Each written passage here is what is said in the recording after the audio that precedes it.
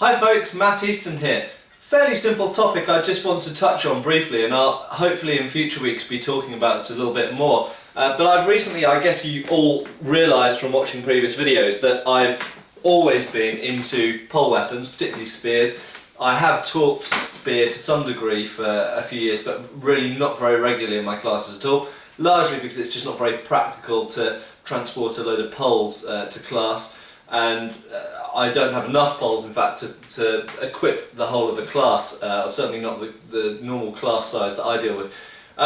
However, spear is something, both spear used alone or polearms used alone and polearms used with shields, are something that I'm finally getting the chance to kind of get a bit more into. And part of that is I've been investing in some good reproduction spearheads. I'm just holding two examples here. The leaf bladed one to the top is by Polearms, and it has a carbon steel edge forged onto a lower carbon steel body. Polearms' work is absolutely awesome. You may have seen the sacked blade with the pattern welded blade that I'll probably talk a little bit more about in upcoming videos, that made by Polearms. He also made this spearhead, and I have another one from him, and I'll probably buy a load more from him because he makes really awesome stuff. And I've got various other spearheads and polearm heads on their way to me. But really what I want to mention in this video, if I just put the spearheads down, is what I have here is an ash pole, and it is octagonal. And this is something that gets overlooked quite a bit in reproductions, and I think probably overlooked in kind of, you know, people who are maybe more focused on things like role-playing games or computer games, and not necessarily actually handling weapons, real weapons, very often.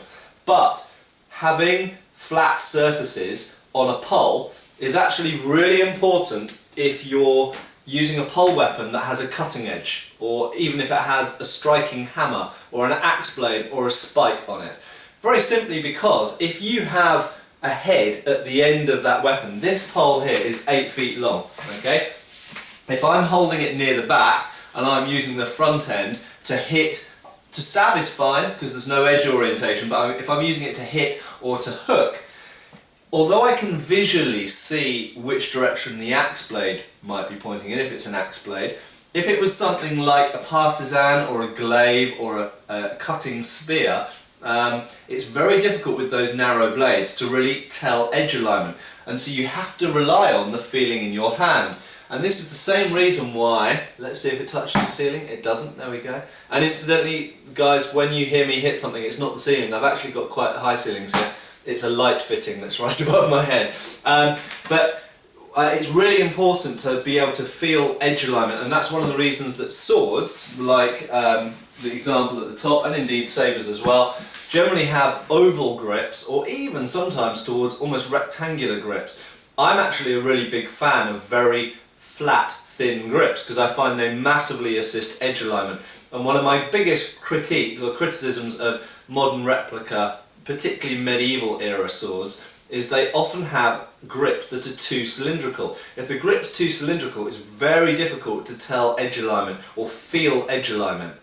Yes, you can visually see edge alignment, but when you're fighting someone, you don't have the chance to look at your own blade while you're fighting them. You need to be able to feel the edge alignment in your hand, and just the edge will naturally find its way to the target and cut well if you can feel the edge alignment in your hand.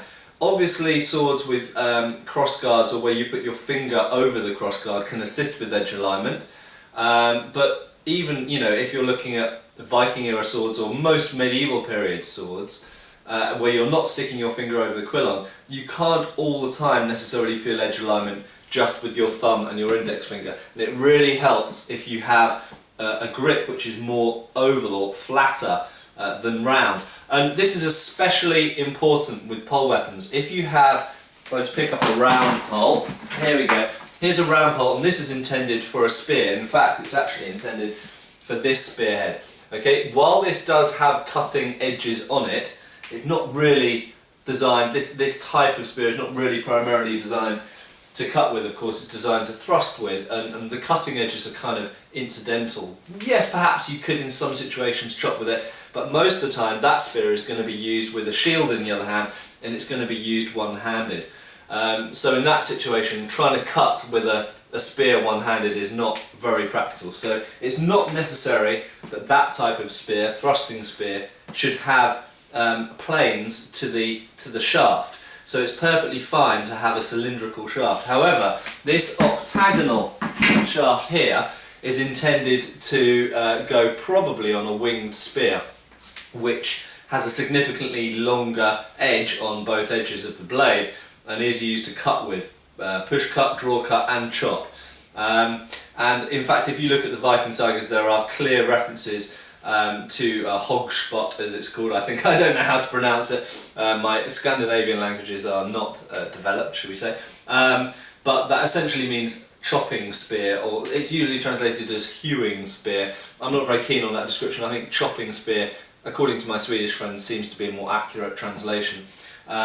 Essentially, if you're using a polearm where your only feeling of edge alignment, bearing in mind you don't have a cross guard and you can't feel the head of the weapon in your hands, is really going to come from what you can feel from the shaft. So therefore it's very important to have either a rectangular, square or octagonal, some cases perhaps hexagonal, but I can't remember seeing a hexagonal one. They tend to be either square, rectangular or octagonal shaft. And if you actually look at antique examples of halberd and bill and poleaxe, and if you look at the socket at the top of the head, you'll notice they are designed very specifically to go on rectangular, square or octagonal shafts.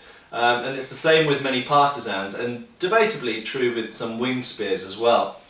So it is really important to feel edge alignment in any pole weapon that you're intending to cut with. Otherwise you're just going to be hitting the flat very often, which obviously is completely useless. So there we go guys, something you maybe have not thought about, that the type of pole weapon actually dictates the cross section of the pole that goes on it. Cheers!